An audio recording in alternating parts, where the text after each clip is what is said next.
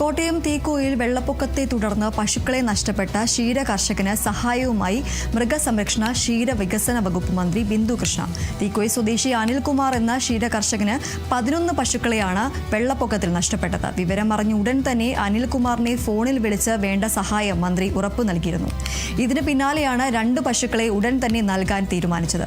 August 3 വൈകിട്ട് 3:30 മന്ത്രി ബിന്ദു കൃഷ്ണ നേരിട്ടെത്തി പശുക്കളെ കൈമാറും. അതോടൊപ്പം പശുക്കൾക്കുള്ള നഷ്ടപരിഹാരം ഉൾപ്പെടെ വേഗത്തിൽ ലഭ്യമാക്കാനുള്ള നടപടികൾ സ്വീകരിക്കുമെന്നും മന്ത്രി അറിയിച്ചു.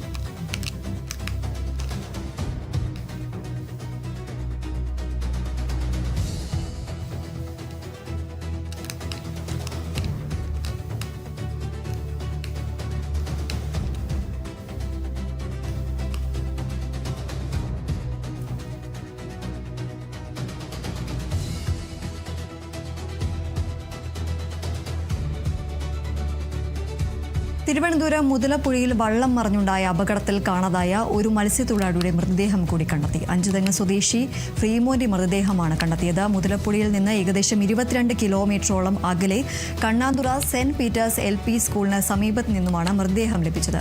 കാണാതായ ഷിജിനായി തെരച്ചിൽ തുടരുകയാണ്. കോസ്റ്റൽ പോലീസ്, കോസ്റ്റ് ഗാർഡ് തുടങ്ങിയവർ സംയുക്തമായാണ് തെരച്ചിൽ നടത്തുന്നത്. കഴിഞ്ഞ വെള്ളിയാഴ്ച രാത്രിയിലാണ് 4-അംഗ സംഘം സഞ്ചരിച്ചിരുന്ന വള്ളം മുതലപ്പുഴയിൽ വെച്ച് അപകടത്തിൽപ്പെട്ടത്. ഇതിൽ 2 പേർ നീന്തി രക്ഷപ്പെട്ടു. ഫ്രീമോനും ഷിജിനും ഒഴുക്കിൽപ്പെടുകയായിരുന്നു.